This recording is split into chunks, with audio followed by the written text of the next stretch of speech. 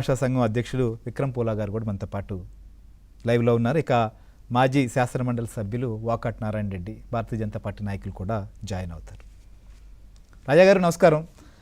ఏంటి ఎల్నోనో సంబంధించిన విషయంలో నమస్కారం అండి. ఇటు రైతులకు సకాలంలో సాగునీరు అందించుకోవడం, లేకపోతే రైతులను పట్టించుకోకుండా వ్యవహరించడం, ఇలా ప్రభుత్వం చేస్తోందా? ప్రభుత్వం ఏం చేస్తోంది? జగన్ చేస్తున్నటువంటి వ్యాఖ్యలను మీరు ఎలా చూస్తున్నారు? నిజంగా రైతుల మీద ఆయనకు ప్రేమో, లేకపోతే రైతులు ఎదుర్కొంటున్న సమస్యలతో వీటిని మాట్లాడుతున్నారా, లేకపోతే రాజకీయమా? ఏ కోణంలో చూస్తున్నారు అసలు? ముందుగా ఈ చర్చలో పాల్గొన్నటువంటి పెద్దలకి, నారాయణ రెడ్డి గారికి, అదేవిధంగా విక్రమ్ పూలే గారికి మీకు నా ధన్యవాదాలండి. సార్, ఈరోజు వ్యవసాయం మీద జగన్మోహన్ రెడ్డి గారు మాట్లాడుతామంటే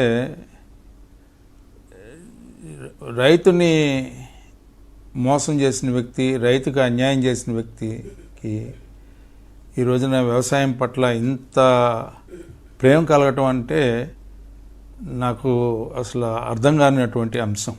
ఎందుకంటే గత 5 సంవత్సరాల కాలంలో, ఆయన అధికారంలో ఉన్న 5 సంవత్సరాల్లో పండిన పంటకి గిట్టుబాటు ధర లభించేలాగా ఏ రోజు ప్రయత్నించాల,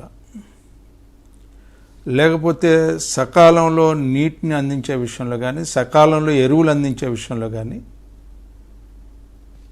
సకాలంలో ధాన్యం సేకరణ కానీ, లేకపోతే ఏ పంటలకైనా గిట్టుబాటు ధర లభించేదానికి పంటల కొనుగోలు విషయంలో కానీ, బడ్జెట్లో మాత్రం మార్కెట్ ఇంటర్వెన్షన్ ఫండ్ చాలా బెటర్, కానీ ఏ రోజు కూడా ఉపయోగించినటువంటి నాయకుడు అధికారంలో ఉన్నప్పుడు ఏం చేశాడనేది గుర్తు చేస్తా ఉన్నాను. అసెంబ్లీ సాక్షిగా రైతును మోసం చేసినటువంటి పెద్ద మనిషి. ఇన్సూరెన్స్ ప్రీమియం కట్టేవా లేదు అని ఏనాడు కూడా సభా హక్కులను కానీ, సభలో ఉన్నటువంటి నిబంధనలు కానీ అతిక్రమించినటువంటి వ్యక్తిగా పేరు పొందినటువంటి ఈనాటి ముఖ్యమంత్రి నారా చంద్రబాబు నాయుడు గారు అదే ఫస్ట్ లాస్ట్ పోడియం దగ్గరికి వెళ్ళి కూర్చోవటం, కింద కూర్చోవటం ఎవరి కోసం అంటే రైతు కోసం కూర్చున్నటువంటి వ్యక్తి చంద్రబాబు నాయుడు గారు అయితే, అకాల వర్షాలు దాదాపు 9 సార్లు కురిస్తే ఆ 9 సార్లు కాలంలో జరిగిన పంట నష్టానికి గురైనటువంటి రైతాంగాన్ని ఏ ఒక్క రైతును కూడా సందర్శించినటువంటి, పరామర్శ చేయనటువంటి, ఎందుకంటే పరామర్శ చేయటంలో ఇతనిది పెద్ద చేయి అని చెప్పి అనుకునేవాళ్ళు ప్రజలు అప్పుడు వరకు. ఎందుకంటే మా తండ్రి గారు చనిపోయినప్పుడు ఆత్మ వారికి అందరు కూడా ప్రజలు చనిపోయారు, గుండె పోటు వచ్చి చనిపోయారు, వారందరినీ పరామర్శ పేరుతో విగ్రహాలు పెట్టుకుంటూ తిరిగినటువంటి ఈ పెద్ద మనిషి, ఈయన కాలంలో, ఈయన అధికారంలో ఉన్నప్పుడు, ఈయన పాలనలో రైతులు ఆత్మహత్యలు చేసుకుంటే దేశంలో 3వ స్థానంలో ఉంటే, కౌలు రైతులు 2వ స్థానంలో ఉంటే ఏ ఒక్క రైతుని కూడా పరామర్శించినటువంటి వ్యక్తి కాదు ఈయన. లేదా పంటల నష్టాన్ని ఎక్కడైనా పరామర్శించాలంటే పరామర్శించినటువంటి వ్యక్తిగా ఈయన ఒక్కడే. ఈ యొక్క స్వాతంత్రం వచ్చిన దగ్గర నుంచి ఇప్పటి వరకు పరిపాలించిన ముఖ్యమంత్రుల్లో మనం లెక్కేసుకుంటే ఈయన ఒక్కడే ఎక్కడ కూడా పరామర్శించాడు. ఎక్కడ పరామర్శించాడే అంటే గాల్లో పరామర్శించాడు.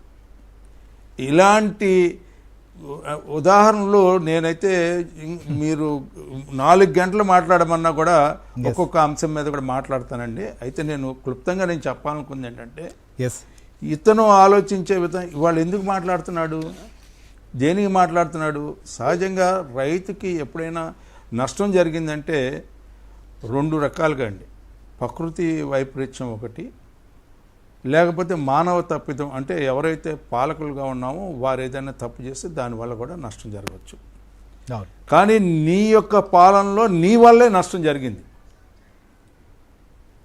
అంటే ఇంకా రైతుని యాంత్రీకరణ ద్వారా వ్యవసాయాన్ని దండగ రాకుండా పండగ చేద్దామని ప్రయత్నించినటువంటి చంద్రబాబు నాయుడు గారు 2014-19 వరకు జరిపినటువంటి కార్యక్రమాలు ఆ తర్వాత ఎందుకు జరగల? ఏదైతే రాయలసీమలో రత్నాలసీమగా ఉన్నటువంటి రాయలసీమని మరలా అలాంటి పూర్వ వైభవాన్ని తీసుకురావాలని చెప్పి అక్కడ డ్రిప్పు, స్ప్రింక్లర్లు, అంతేకాకుండా చెరువులు తవ్వించి, ఇంకుడు గుంటలు తవ్వించి, ఆ రకమైనటువంటి అక్కడ అనంతపూర్ ఏదైతే డ్రాట్గా పేరు పొందినటువంటి రాయలసీమలో నీటి నిల్వల్ని పెంచిన ఘనత ఆయనదైతే ఈయన ఏ రోజైనా సరే ఆ నీటి నిల్వల్ని కాపాడటానికి కానీ లేకపోతే అక్కడున్న రైతుని న్యాయం చేయటానికి కానీ లేకపోతే అసలు రైతుల్ని నమోదు చేసే కార్యక్రమంలో ఈ రోజున రైతుల్ని నమోదు చేసే దాంట్లో రికన్సిలేషన్ డేటా అనేది ఉంటుందండి. రికన్సిలేషన్ డేటా అంటే ఏంటి, ఏ మండలంలో అయినా సరే ఎంత పంట వేశారు అనే దానికి ఒక లెక్క తీసుకుంటారు ప్రతి సంవత్సరం కూడా, ఖరీఫ్లో అయింది రబీలో అయింది.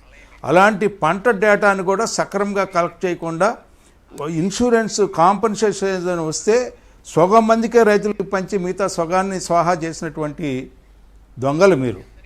ఇలాంటి నాయకత్వం నీదైతే ఈ రోజున ప్రతి ఎకరాన్ని కూడా డిజిటలైజేషన్ చేసి 95%ని ఈ రోజున డిజిటలైజేషన్ చేసినటువంటి ఘనత ఈనాటి పాలక ప్రభుత్వాన్ని, కూటమి నాయకత్వాన్ని.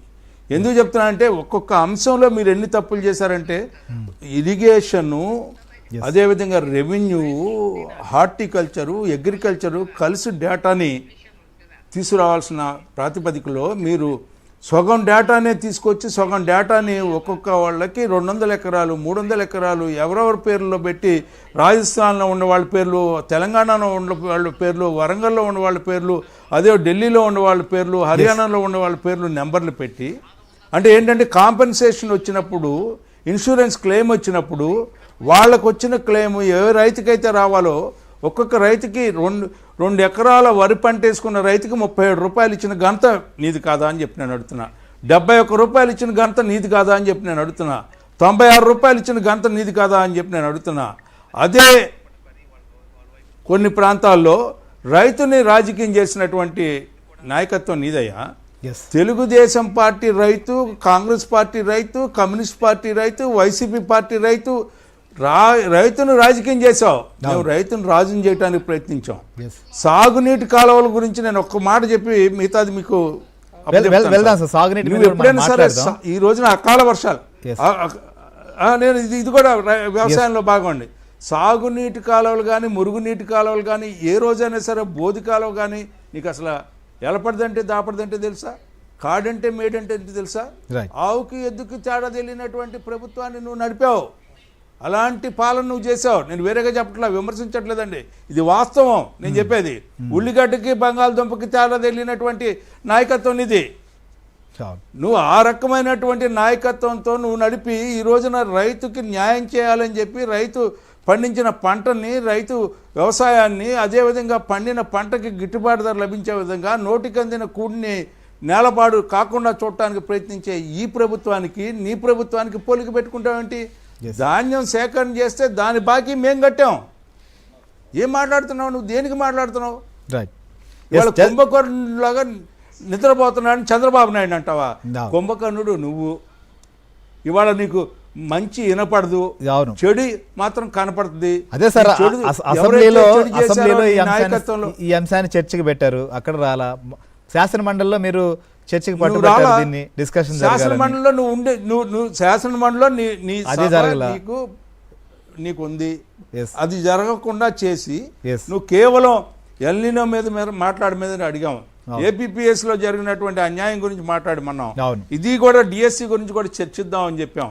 అన్నిటినీ నువ్వు అడిగిన అన్నిటినీ మేము చర్చిస్తామని చెప్తేనా కూడా నువ్వు కనీసం దాన్ని చర్చించకుండా గోల చేసి కాలాన్నంతా వృధా చేసి నువ్వు 4 రోజులని కూడా టైం వేస్ట్ చేసి ఎంత వ్యయాన్ని నువ్వు చేస్తున్నావు అంటే పూర్తిగా ఈ రాష్ట్రాన్ని ఇప్పుడు కూడా నీకు బాధ్యత లేని ప్రతిపక్షంగా వ్యవహరిస్తా ఉన్నారని చెప్పి చూద్దాం సార్. ఎందుకంటే ఒక్కొక్క అంశం మనం చూస్తున్నాం, అటు డిఎస్సి మీద కొద్ది రోజులు, తర్వాత బీసీ రిజర్వేషన్ల మీద కొద్ది రోజులు, ఇప్పుడు మళ్ళీ ఎల్నో మొదలు పెట్టారు. ఇది ఎక్కడి దాకా, ఎప్పుడు దాకా తీసుకెళ్తారో కూడా చూద్దాం. నారాయణ రెడ్డి గారు నమస్కారం. ఏంటి అసలు కూటమి సర్కారు ప్రస్తుతం ఎల్నినో